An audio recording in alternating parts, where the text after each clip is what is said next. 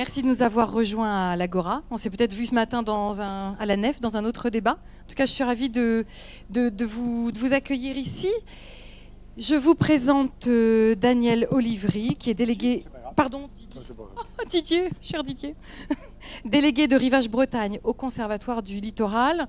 Nous ne serons que tous les deux, mais on va très très bien s'en tirer. Malheureusement, Jessica Viscar du CRT, du Comité régional de tourisme, a eu un problème. Voilà. Et hier soir, et elle ne pourra pas nous rejoindre, elle ne participera pas à cette rencontre, mais on compte sur vous pour nous poser de bonnes questions, pour en tout cas poser de bonnes questions à Didier. On s'assoit ? On s'assoit pas ? Oui. Allez, on s'assoit. L'Agora, c'est vraiment un endroit pour vous. L'idée, c'est que je m'efface assez rapidement. C'est vous qui allez poser les questions. J'espère que vous en aurez. Je vais lancer un peu les choses. Et puis, assez rapidement, ce sera vous. D'accord ? Donc, on se retrouve pour parler du littoral. Un littoral protégé et ouvert à tous.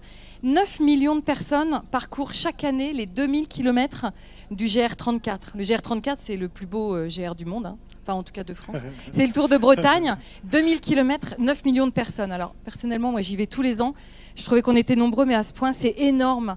C'est sans doute aussi la rançon de la gloire, donc un des plus beaux sentiers de France, et aussi la marche à pied, puisque la marche à pied, c'est une activité de loisir, sportive, de plaisir, qui est accessible à beaucoup, et qui n'est pas chère, qui est très populaire.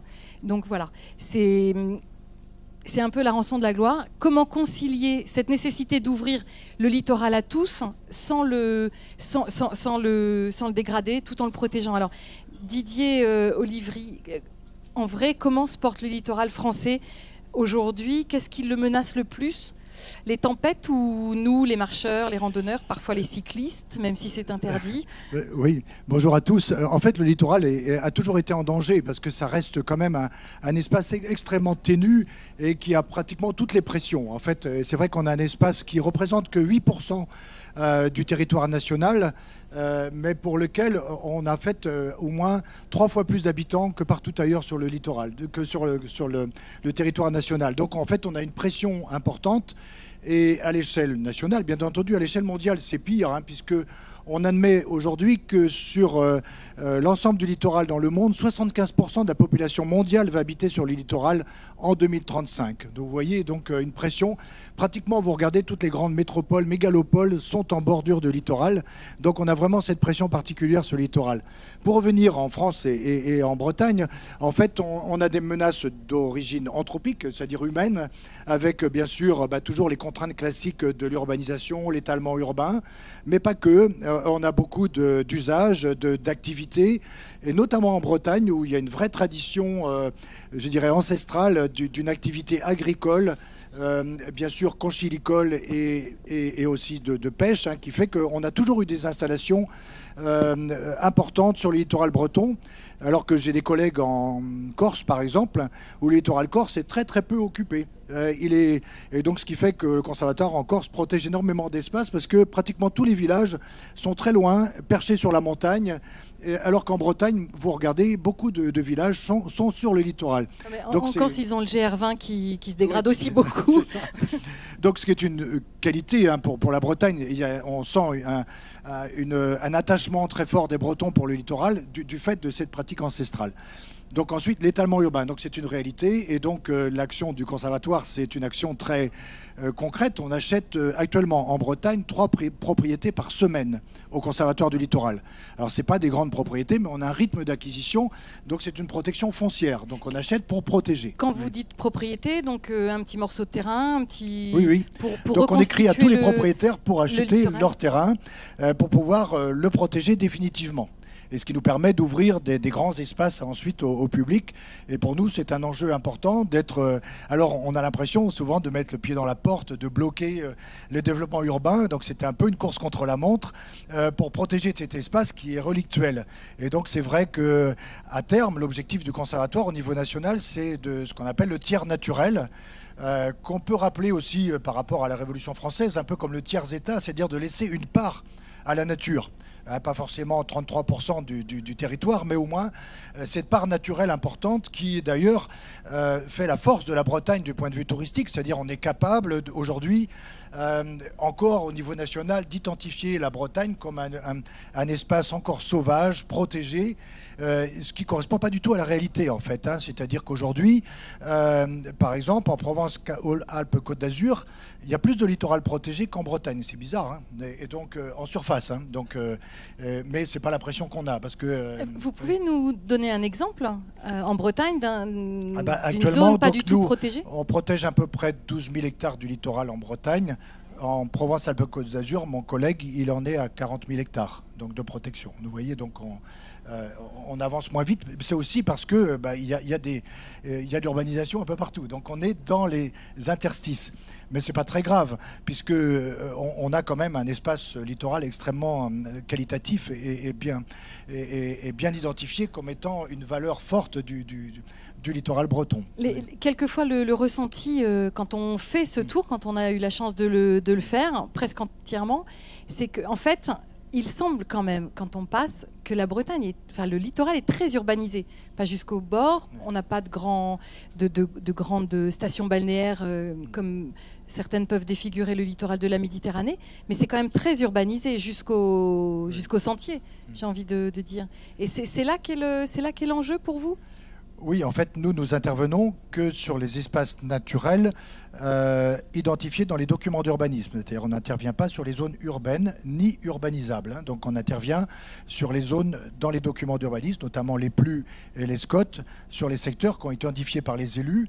Ce qui est important de noter, c'est que le conservatoire est un établissement public d'État, mais nous intervenons juste après la délibération des communes, des intercommunalités, où nous avons aussi un conseil de rivage. En fait, cette décision est démocratique. C'est-à-dire on a une gouvernance particulière qui permet de faire que l'action est validée en fait par les élus locaux et qui nous permet d'intervenir uniquement quand les élus locaux sont d'accord, donc pour qu'on puisse intervenir avec sur les vos communes. Projets. Oui. Alors, le conservatoire est un organisme public qui dépend de qui est le patron du conservatoire, à qui obéit-il, si je puis dire? Oui, voilà, c'est un établissement public d'État, autonome dans son administration, mais qui est sous la tutelle du ministère chargé de l'environnement. Donc voilà. Notre ressource provient pas de l'impôt, mais du droit annuel de francisation des navires. Donc c'est pas très connu comme système. Oui, c'est-à-dire que tous les navires de plus de 7 mètres paient un droit annuel de francisation pour pouvoir immatriculer le bateau. Et c'est cette taxe qui permet d'alimenter les caisses du conservatoire du littoral. Et c'est avec ça qu'on achète les terrains, qu'on assure la restauration, la gestion, l'aménagement et l'ouverture au public. Excusez-moi, je ne sais pas si ça vous fait, si vous le saviez, ça veut dire qu'en fait ce sont les marins, les navigants, les marins de loisirs ou autres, ça, oui, tout à fait. qui subventionnent, qui financent en fait, les terriens ne financent pas le conservatoire. Alors c'est pas tout à fait illogique, c'est-à-dire c'est les usagers de la mer qui financent la protection du littoral. Et puis bon, c'est une ressource qui avait été identifiée comme ça et donc est affectée au conservatoire du littoral. Oui. D'accord. Est-ce qu'il y a des premières questions? Je continue sinon, mais il a un débit. Oui.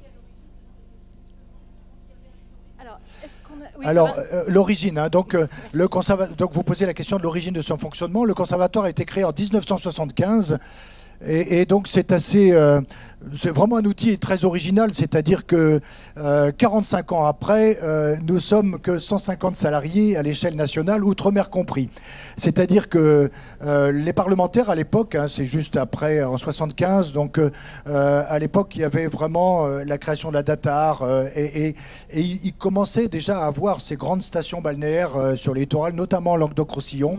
Et ça avait créé une émotion et c'est un outil qui a été créé à l'unanimité du Parlement. Donc il y avait vraiment une volonté d'agir pour le littoral, ce qui reste original puisqu'il n'y a pas d'équivalent en Europe de cet outil de protection du littoral, qui est quand même, qui pourrait être contestable parce que c'est un système de collectivisation de l'espace littoral. Je vous assure, quand on écrit aux propriétaires privés ou quand on intervient de préemption ou parfois même d'expropriation, les propriétaires, des fois, ne sont pas très contents parce que c'est un système qui qui est assez radicale, hein, de protection du littoral. Donc elle a été créée en 1975 avec cette particularité, c'est que nous sommes propriétaires, on engage des travaux, mais nous n'avons pas le droit de gérer. C'est pour ça qu'on est si peu nombreux. La gestion est transmise ensuite aux collectivités, aux intercommunalités. Et donc nous avons, par exemple, en Bretagne, près d'une centaine de gestionnaires, qui sont principalement les communes, les intercommunalités, qui recrutent les gardes du littoral. Nous avons 150 gardes du littoral en Bretagne, mais qui ne sont pas salariés du conservatoire, ils sont salariés des communes. Donc c'est un outil partenarial. Donc c'est un établissement public d'État, mais on a une deuxième jambe qui est vraiment majeure, c'est les collectivités qui sont nos partenaires obligés. Ouais. Et ma question portait aussi sur le financement, l'origine du financement de cet organisme. Vous disiez que c'était sous forme de taxe, mais qui avait décidé ce système de financement à l'époque ? À l'époque, c'est Jacques Chirac. C'est intervenu dans un deuxième temps. À sa création, c'était un établissement public qui était payé sur l'impôt, et Jacques Chirac a décidé d'affecter ce droit annuel de francisation des navires au conservatoire. Merci pour ces précisions. Monsieur, vous avez une question ? Portez bien le micro à votre menton. Oui, voilà. Je voudrais savoir où en sont les pressions politiques concernant une révision de la loi littorale. On en a beaucoup parlé il y a 2 ou 3 ans, sur ce qu'on a appelé les dents, des espaces non urbanisés dans un environnement plus urbanisé, avec des pressions d'élus locaux extrêmement importantes. Vous arrivez en aval, donc vous n'avez aucun moyen, je pense, d'interférer dans ce débat, sauf par la conviction ou les assemblées comme aujourd'hui. Est-ce que c'est toujours d'actualité, cette révision possible de la loi littorale ? Elle est toujours d'actualité, en fait. Hein, la révision oui, dans la mesure où... je pense que c'était définitif, la loi littorale. Elle se surimpose à toutes les autres lois. Elle est très élevée dans l'aspect réglementaire, mais on est quand même capable de vouloir la réviser. Tout le temps. Alors, il s'avère récemment, donc j'ai accompagné le président de la République qui visitait la Bretagne, et un élu sur 2, quand il venait le voir, c'était pour demander un assouplissement de la loi littorale. C'était assez étonnant d'écouter le retour. Et c'est vrai qu'ils ont tous des exemples qui sont compréhensibles, parce que c'est une loi nationale qui s'applique de manière très large et générique. Et donc ils ont toujours des cas particuliers, extension d'une station d'épuration, extension d'une laiterie importante pour la commune avec des emplois derrière. Donc ils ont vraiment des arguments très forts pour dire la loi littorale nous empêche aussi, et on voit toute une activité économique qui va partir ailleurs. Et ils ont des bons arguments, et donc il y a tout le temps une pression. Mais c'est vrai que c'est une des lois nationales les mieux connues en matière d'environnement. Tout le monde connaît la loi littorale sans forcément la connaître dans le détail, mais et donc à chaque fois qu'il y a des velléités de la modifier, et il y a une résistance très forte, à la fois du niveau national, parce que le grand public en fait est très favorable à cette idée de sanctuariser quand même le littoral. C'est devenu maintenant quelque chose de très très admis, et puis les parlementaires résistent. Alors ce qui s'est passé quand même récemment dans la loi Allure, c'est qu'on a autorisé une urbanisation partielle, ce qu'on appelle les dents creuses. Mais en Bretagne, c'est assez dangereux, parce que de dents creuses en dents creuses, on peut boucher tout le littoral breton, quasiment, parce qu'il y a une particularité du littoral breton qui est fait qu'il y a, dans beaucoup de communes, il y a plein de hameaux partout. Et donc, si ces hameaux considèrent que c'est des villages d'extension de la commune, si on bouge tous les hameaux et qu'on les rejoint entre eux, on va avoir en fait le mur de l'Atlantique. Donc, c'est vraiment la difficulté. Et donc, même ça, donc aujourd'hui, c'est très limité, et on n'a pas eu, heureusement, beaucoup d'effets trop négatifs sur l'urbanisation. Mais ça reste quand même une velléité. Bon, par ailleurs, c'est raccord aussi avec une autre politique nationale qui veut éviter l'étalement urbain. Et donc, si on veut éviter que les villes s'étalent, on comprend bien qu'il faudra les densifier, et donc y compris en zone littorale. Et donc on voit bien deux politiques qui peuvent éventuellement rentrer en contradiction. Oui. Je crois qu'on est vraiment au cœur du sujet que nous devions aussi aborder avec Jessica Viscard, qui en tant que CRT n'est pas là évidemment pour contrer la loi littorale, bien au contraire, mais justement concilier ces deux aspects, la protection du littoral et l'accès au littoral. L'accès au littoral, ça n'est pas que étendre une station d'épuration, même si ça en fait partie. La loi littorale, par exemple, dans le Morbihan, elle est appliquée très très loin à l'intérieur des terres, par les rivières intérieures, mais aussi la fameuse démocratisation du littoral, qui est importante, qui est aussi au cœur de la politique de la Bretagne.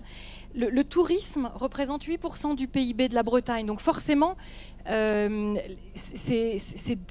protection du littoral et le tourisme doivent pouvoir vivre ensemble. Et en préparant cette rencontre, Jessica Viscard, donc du CRT, me donnait des exemples très concrets Alors le CRT fait la promotion de la Bretagne au-delà de nos frontières, enfin au-delà de la Bretagne, en France, mais aussi... Pardon ? Oui, Comité régional du tourisme. Oui. CRT, oui, je l'avais dit une seule fois, vous avez raison. Pan sur les mains. Le comité régional du tourisme qui est lié à la région Bretagne, donc qui met en œuvre la promotion et l'image de la région. Et par exemple, le CRT ne fait pas du tout la promotion du littoral breton en France ni à l'étranger à partir du mois d'avril. C'est-à-dire qu'à partir du mois d'avril, si la Bretagne a décidé de faire une campagne de promotion à Copenhague, à Madrid ou à Lyon, elle parlera à partir du mois d'avril, donc du printemps, elle montrera, elle fera la promotion plutôt de l'intérieur du pays, l'abbaye de Langonette ou autre, peu importe. Voilà, ça ce sont des actions concrètes. Vous pouvez peut-être nous expliquer comment vous travaillez avec le comité régional du tourisme, justement pour concilier ces deux aspects, l'économie, le tourisme et la protection du littoral. Alors c'est vrai qu'ils interviennent en aval de notre action, hein, puisque le Conservatoire du littoral, donc nous, notre objectif, hein, c'est de protéger de manière définitive les espaces littoraux, de les restaurer, et ensuite de les ouvrir au public. Et donc pour nous c'est une obligation formelle, hein, c'est-à-dire qu'on fait en sorte que ces espaces soient le plus ouverts possible, et c'est d'ailleurs ce qui justifie qu'on fasse une certaine atteinte à la propriété privée. C'est justement pour le rendre à la totalité du public, hein. Donc on est vraiment dans l'esprit d'ailleurs de quelque chose qui date en fait quasiment du Moyen-Âge, hein, qui est la domanialité publique, et qui a aussi une particularité française. D'ailleurs, on s'inscrit un peu dans cette lignée nationale, hein, c'est-à-dire que le domaine public de l'État, c'est pareil pour les forêts domaniales, les rivières domaniales et le littoral. Donc il y a la domanialité publique qui fait qu'aujourd'hui, en France, aucune plage, par exemple, ne peut être privée. C'est pas possible. Techniquement, c'est pas possible. En totalité, il y a des petites concessions. Du tout. Il peut y avoir des concessions, mais c'est pas privé. Une concession, ça veut dire que l'État concède pour un temps donné la capacité à quelqu'un d'exploiter. Pareil pour les congéliculteurs, ils ne sont pas propriétaires du lieu, ils sont concessionnaires. Et c'est important, hein, parce que ça veut dire que tout littoral national est public. Et à la Révolution française, il y a eu un tout petit peu de velléité, justement dans le Morbihan, où pour les biens nationaux, on a vendu à des particuliers parce que les révolutionnaires avaient besoin d'argent. Mais heureusement, à la Révolution française, on n'a pas revendu tout cet espace, on l'a conservé et c'est devenu le domaine public. Avant, c'était le domaine de la couronne, maintenant, c'est le domaine public maritime. Mais c'est important parce qu'on s'inscrit dans cette lignée, je dirais, nationale, du fait que le littoral est public, ouvert à tous. Et donc, excusez-moi, je fais une digression un peu. Et donc, du coup, pour le CRT, et donc effectivement, ça permet notamment cette ouverture publique à tous, d'en faire un vrai produit touristique majeur, hein, puisqu'on parle de 9 millions de visiteurs sur le GR34.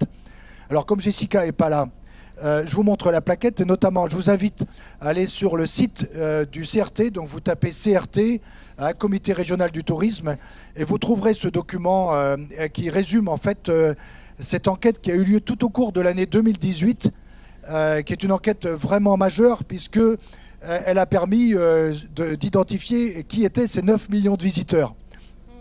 Et c'était vraiment essentiel pour nous, parce qu'on voulait savoir exactement, donc il y a des centaines d'éco-compteurs sur le sentier, donc ils comptent les passages, mais il y a eu à peu près 10 000 identifications aussi des visiteurs, des enquêtes particulières, donc qui a permis de déterminer quelle était la nature de cette fréquentation particulière du sentier.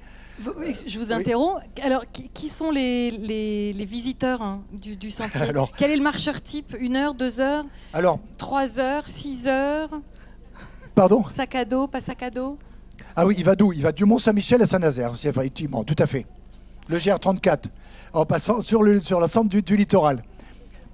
Alors, oui. il s'appuie en fait sur, et là aussi, donc, je vous parlais d'héritage tout à l'heure, mais c'est important, hein, c'est Colbert, hein, qui a créé le chemin des douaniers.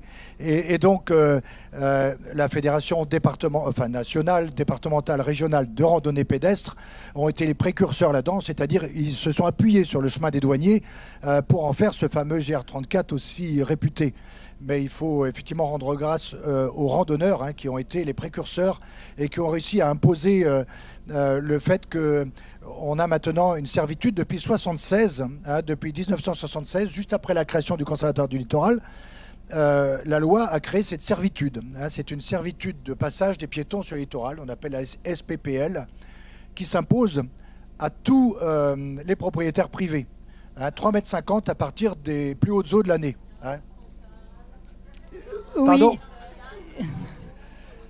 On va pouvoir poser cette question. Alors, on laisse Didier finir. Poser cette question, elle est intéressante. Il y a effectivement quelques contentieux. Et s'il y a des contentieux, c'est justement parce que cette servitude existe. Mais heureusement, vous faites bien de le souligner. C'est une réalité, oui, tout à fait. Alors, effectivement, très très peu de gens font l'ensemble de l'itinéraire. Hein. Par contre, plus de 50% ne parcourent l'itinéraire que pendant 2 heures, 2 heures et demie maximum. Mais par contre, le fait qu'il existe, ils peuvent le parcourir plusieurs fois. Mais en tout cas, c'est une offre touristique exceptionnelle. Et on fait la différence, notamment dans l'étude, entre les excursionnistes, les touristes. Et on s'aperçoit quand même qu'il y a beaucoup de touristes, sachant que dans les touristes, il y a beaucoup de Bretons. Un touriste, dans la définition touristique, c'est celui qui dort une nuit en dehors de chez lui. Donc en Bretagne, tous les Bretons que nous sommes, ou que vous êtes pour certains, on est touristes dans notre propre région. Hein, et d'ailleurs, on a près de 50% des Bretons qui fréquentent ce sentier. Et donc, c'est tant mieux d'ailleurs, c'est important que les Bretons s'approprient leur patrimoine. Vous voulez dire sur les 9 millions de personnes qui fréquentent, la moitié sont des habitants de la région. Ouais. D'accord. Je crois que nous avons une question. On va quand même poser une question ici et une autre là-bas ensuite. Merci. Bon, moi, j'ai la chance d'avoir une maison dans le Morbihan. Et dans le Morbihan, près de chez moi, il y a un chemin qui a été organisé pour suivre le littoral. Et dans un endroit, il y a un château. Et il y a interdiction pour l'instant de passer autour du château. Alors, je me posais la question, quels sont les moyens qu'a votre organisme pour ce genre de problème? Parce que je crois qu'il y a effectivement des choses qui sont passées sur la côte nord, là. Je crois que c'est à Saint-Suliac. On parlait de Saint-Briac, Saint-Briac, oui. Alors, quels sont les moyens d'action que vous avez concernant ces problèmes? Parce que même si c'est effectivement des contentieux, qui va gagner à la fin et quels sont les moyens de pression que vous avez? Vous pouvez un petit peu développer ce que vous aviez commencé à aborder tout à l'heure, justement. C'est intéressant de relire, moi je trouve intéressant ce texte de 76. Donc, la servitude de passage des piétons sur le littoral a pour but de garantir au plus grand nombre de personnes l'accès aux plages et aux sites riverains de la mer. Il s'agit de donner la possibilité de cheminer librement et facilement le long des côtes et de jouir des paysages naturels. C'est intéressant, c'est le texte de 76 qui institue la servitude de passage. Alors, cette servitude de 76 n'est pas rétroactive. Donc pour votre cas précis, c'est-à-dire que pour les installations humaines, les constructions avant 76, effectivement, on ne passe pas devant, on fait le tour. Hein. Et donc pour ça, pour ceux qui parcourent le sentier, vous verrez, parfois on arrive sur des propriétés, on dit tiens, pourquoi le sentier ne passe pas devant? C'est parce que la propriété, la maison était installée avant. Par ailleurs, le sentier non plus s'impose pas à moins de 150 mètres de la maison. Hein. Donc si la maison a été construite trop près du littoral, on en fait le tour aussi. Donc il y a beaucoup d'exceptions, mais comme toutes les lois, hein, donc il y a une règle, et puis au cas par cas, il y a l'exception. Alors, je dois rectifier juste quelque chose, ce n'est pas le Conservatoire du littoral qui instaure la servitude, ce sont les services de l'État, notamment les services de la direction départementale des territoires et de la mer, puisque c'est une prérogative régalienne de l'État. Hein. Donc c'est le Conservatoire, en tant qu'établissement public, bizarrement, nous ne sommes pas soumis à la servitude.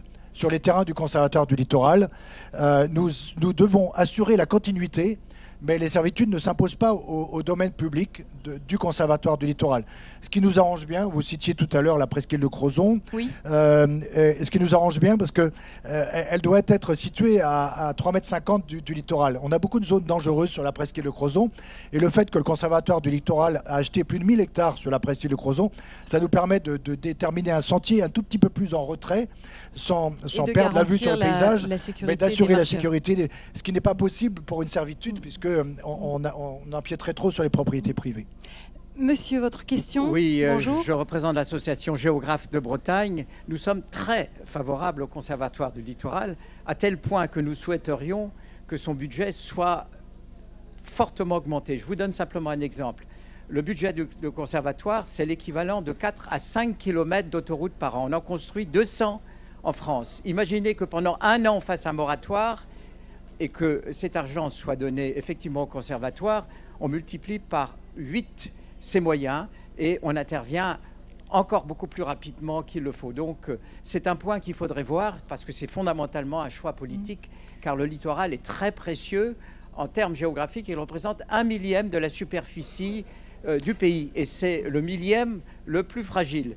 Par ailleurs, nous faisons, nous, 2 propositions que vous retrouverez dans cette lettre que nous avons écrite au Premier ministre, un autre urbanisme pour la France, où nous parlons beaucoup, effectivement, du littoral. Et une idée que nous avons, ce serait non seulement que vous achetiez, mais que vous puissiez, en pleine propriété, mais imposer, acheter un droit de non-constructibilité qui coûterait beaucoup moins cher et qui verrouillerait, effectivement, toute une série d'espaces face à une éventuelle urbanisation et un pouvoir local.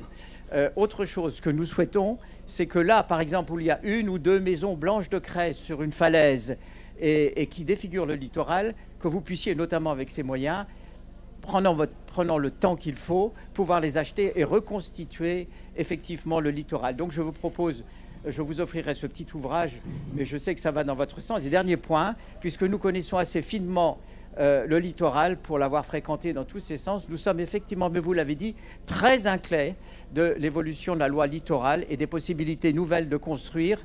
Personnellement, nous nous opposons effectivement à cette modification de la loi du littoral. Il faudrait au contraire la renforcer et c'est effectivement une des sources principales des problèmes, en dehors effectivement des moyens que vous devez avoir en plus et plus d'imagination dans votre intervention. Mais nous sommes des grands partisans de votre action pourvu que ceci soit multiplié, pourquoi pas par 8 dès à présent.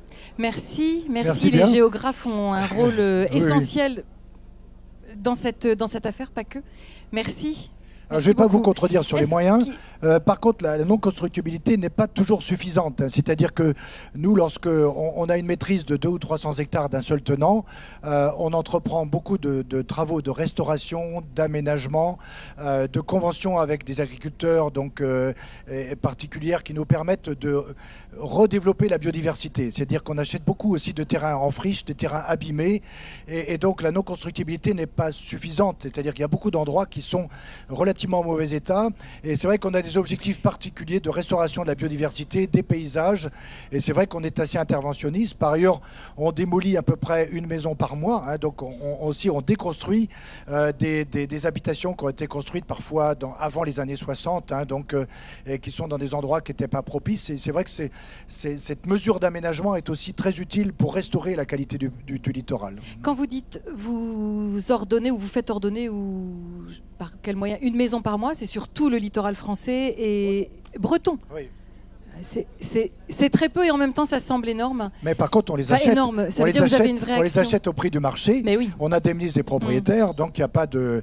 Oui, C'est-à-dire j'entends que bien, mais quand s'il y elles avait des sont à vendre, propriétaires ici, on propose de les acheter et à ce Oui, moment-là, mais pas systématiquement. On patrimonialise beaucoup. Nous sommes Bien sûr. affectataires de phares, de forts, de sémaphores. En Bretagne, nous avons 2 abbayes. Donc on est aussi, bien sûr, on ne travaille pas que sur le patrimoine naturel. On travaille beaucoup aussi sur le patrimoine bâti. On a la chance en Bretagne d'avoir un patrimoine historique exceptionnel sur le littoral. Et c'est aussi notre mission. Actuellement, on est en train de restaurer le phare de l'île Vierge avec des travaux très lourds. Et c'est un patrimoine exceptionnel qui fait partie du patrimoine du littoral. Et ça nous semble aussi essentiel de le préserver à tout jamais. Oui. Et de continuer à le rendre accessible. Oui. Y a-t-il d'autres questions dans le public? On en a 2, monsieur et ensuite monsieur. Oui, Merci. bonjour. Juste, je voulais savoir si le conservatoire avait des obligations d'entretien des parcelles dont il a organisé, je dirais, l'évacuation avec les autorités locales. Je pense au mitage qu'on appelle, je veux dire, les personnes qui faisaient du camping sur des terrains qu'ils avaient acquis près de la mer, mais en laissant quand même le passage pour le touriste. Hein. Et dans notre région en Morbihan, ils se font évacuer, hein, c'était organisé, ils ont des solutions de repli, sauf qu'ils regrettent bien sûr leur beau terrain qui était sur le bord de la toile de tente. Et par contre, on est un peu inquiet quant à l'entretien de ces terres qui vont être vides maintenant. Et qui va les entretenir ? Oui, c'est souvent la question qui se pose. Alors, on a deux types de préoccupations. Alors, on attend souvent d'avoir plusieurs parcelles avant de démonter ces terrains à caravane qui sont très anthropisés. C'est-à-dire qu'en plus, il y a des haies de cyprès, donc on détruit les cyprès. C'est pas souvent bien vu, hein, parce que abattre des arbres en ce moment, c'est pas toujours à la mode, mais c'est des plantes qui sont vraiment, qui sont pas du tout afféodées au milieu, en fait, qui sont vraiment extérieures à la Bretagne et qui derrière poussent à la pousse de plantes invasives et tout ça. Donc on essaye de nettoyer les terrains et ensuite on essaye de passer des conventions avec des agriculteurs, principalement des éleveurs, et sinon c'est géré par les collectivités, donc nos gestionnaires. Et donc alors parfois on attend un peu parce que des fois on a une parcelle toute seule au milieu de plein de propriétés privées et donc des fois les gens nous disent mais vous avez acheté mais c'est en friche. C'est parce qu'on attend d'avoir une unité foncière suffisante pour pouvoir intervenir. Voilà, c'est ça. Par ailleurs, un point important, y compris pour le GR, dans l'enquête, les gens se plaignent surtout que c'est pas suffisamment équipé. Et ça, c'est un point que je voulais aborder avec vous, mais qui est un point complexe. C'est-à-dire que livrer un espace naturel, les gens sont tellement plus habitués à la nature qu'ils demandent des tables d'orientation, des bancs, des aires de pique-nique, un sentier propre pour pouvoir passer en escarpin et tout ça. Et nous, notre obligation, on essaye de travailler, mais c'est intéressant comme sujet, hein, c'est-à-dire de redire et réaffirmer qu'un espace naturel doit être naturel. Et la nature, ça doit être surprenant, parfois un peu embêtant. Et parfois un peu dangereux. C'est ça. Et donc ça, c'est pour nous, y compris nous, on essaye de supprimer les panneaux maintenant. On met les panneaux sur les aires de stationnement, on essaye de sous-équiper en panneaux, en information. Alors on se plaint, mais d'un autre côté, les gens sortent de la ville et veulent avoir le même équipement qu'en ville. Mais c'est pas possible. Et c'est pas souhaitable parce que on veut, et c'est une chance qu'on a encore énormément d'espaces de nature, continuer d'avoir cette expérience de nature qui est une expérience physique, hein, d'être confronté à un paysage, au vent, et les oiseaux sont là, des fois ils sont pas là, mais c'est parce que selon les horaires et tout ça, mais on va pas les élever, quoi. Merci. Je pense on fera tous la promesse à Didier de faire le GR34. Juste une dernière question, hyper courte si vous le pouvez, et Didier, une réponse courte aussi, parce que le prochain débat doit démarrer. Vous avez parlé de l'ouverture du public, l'ouverture des sites au public. Donc, ce que j'approuve, mais je trouve que dans des aménagements récents comme celui du Mont-Saint-Michel ou le projet d'aménagement de la Pointe du Grouin, moi je trouve qu'au contraire, il y a une contradiction parce que j'ai l'impression qu'il y a plutôt une fermeture, en particulier pour les locaux. On avait l'habitude d'aller facilement sur ces sites et avec tous les aménagements assez lourds qui ont été faits, on ne peut plus y aller aussi simplement, quoi. Donc il n'y a pas une contradiction dans cette... Oui, c'est un reproche que nous fait. On vient de totalement réaménager le Cap Fréhel comme on avait fait pour la Pointe du Raz, qui sont des terrains du conservatoire où on recule les aires de stationnement. Et en fait, parfois, ça peut être un peu contraignant, hein. C'est-à-dire la Pointe du Raz, par exemple, il faut marcher, il faut s'y rendre. Parfois, les collectivités, pour essayer d'équilibrer le budget, rendre le site payant. Et ça, c'est vrai, c'est un vrai débat pour nous. C'est-à-dire que, mais c'est le débat qu'évoquaient les géographes tout à l'heure, c'est-à-dire qu'on n'a pas beaucoup d'argent pour la protection de la nature, donc à un moment donné, les collectivités sont contraintes d'équilibrer le budget, donc en essayant de rendre les sites payants, c'est le cas du Mont-Saint-Michel, un peu la Pointe du Raz, et donc c'est une vraie difficulté, hein. Donc, alors heureusement, hein, c'est vraiment des exceptions en Bretagne, pratiquement, enfin même en totalité, les autres sites sont libres et gratuits et aménagés pour le grand public. Mais c'est vrai qu'on a ces cas d'exception où ça demande tellement de personnel aussi qu'à un moment donné, on a besoin d'équilibrer le budget. Et là, on revient dans le thème de notre rencontre, qui est cette conciliation entre une forme de liberté, d'ouverture, une forme de protection, et puis aussi cette économie qui nous porte. Je vous remercie beaucoup. C'est un peu frustrant, hein, on l'aurait bien gardé un peu plus longtemps, mais on ne peut pas l'arrêter. Merci Didier.